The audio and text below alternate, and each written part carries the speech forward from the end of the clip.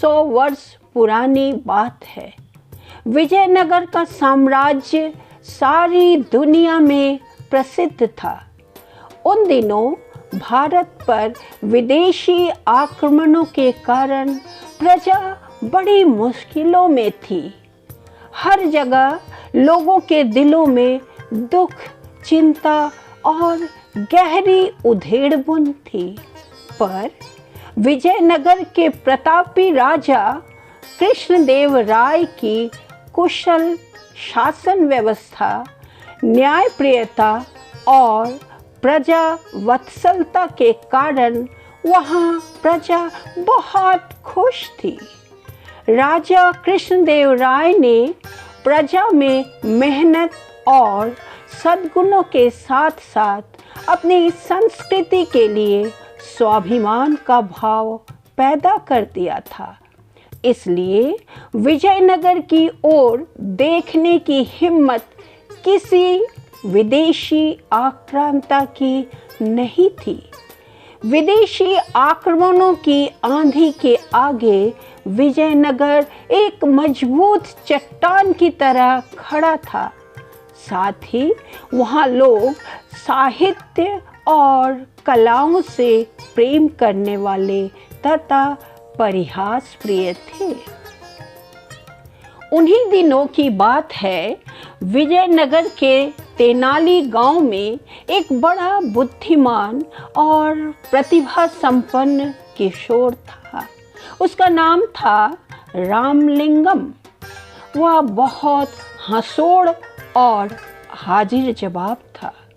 उसकी हास्यपूर्ण बातें और मजाक तेनाली गांव के लोगों को खूब आनंदित करते थे। रामलिंगम खुद ज़्यादा हंसता नहीं था, पर धीरे से कोई ऐसी चतुराई की बात कहता कि सुनने वाले हंसते हंसते लोटपोट हो जाते थे। उसकी बातों में छिपा हुआ व्यंग और बड़ी सूझबूझ होती, इसलिए वह जिसका मजाक उड़ाता वह शख्स भी द्वेष भूलकर औरों के साथ खिलखिलाकर हंसने लगता था। यहाँ तक कि अक्सर राह चलते लोग भी रामलिंगम की कोई चतुराई की बात सुनकर हंसते हंसते लोटपोट हो जाते। अब तो गांव के लोग कहने लगे थे, बड़ा अद्भुत है यह बालक। हमें तो लगता है कि यह रोते हुए लोगों को भी हंसा सकता है। रामलिंगम कहता, पता नहीं रोते हुए लोगों को हंसा सकता हूँ कि नहीं, पर सोते हुए लोगों को जरूर सकता हूँ। सुनकर आसपास खड़े लोग ठठाकर हंसने लगे। यहाँ तक कि तेनाली गांव में जो लोग बाहर से आते, उन्हें भी गांव के लोग रामलिंगम के अजब गजब किस्से और कारनामे सुनाया करते थे। सुनकर वे भी खिलखिलाकर हंसने लगते थे और कहते, तब तो यह रामलिंगम सचमुच अद्भुत है। हमें तो लगता है कि यह पत्थरों को भी हंसा सकता है।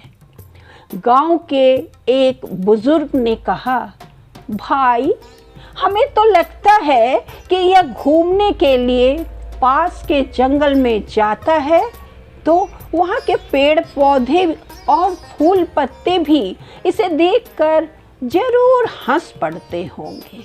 एक बार की बात है, रामलिंगम जंगल में घूमता हुआ माँ दुर्गा के एक प्राचीन मंदिर में गया।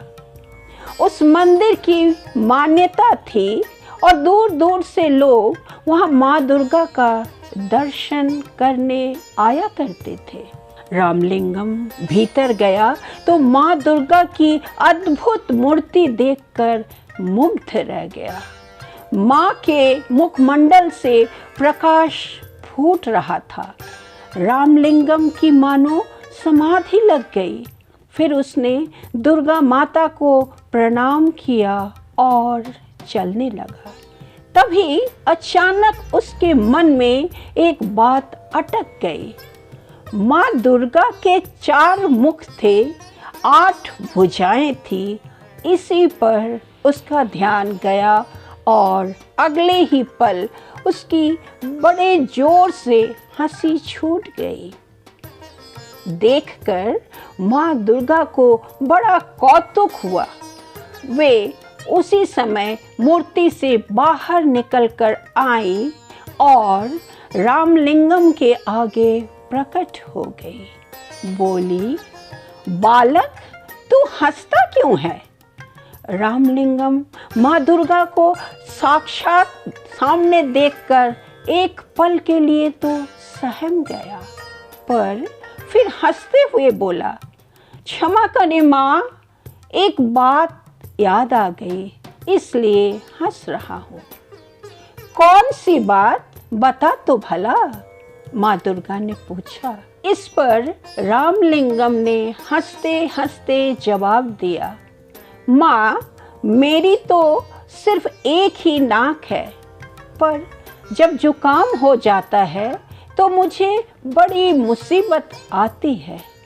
आपके तो 4 मुख हैं और भुजाएं भी 8 हैं, तो जब जुकाम हो जाता होगा तो आपको और भी ज़्यादा मुसीबत।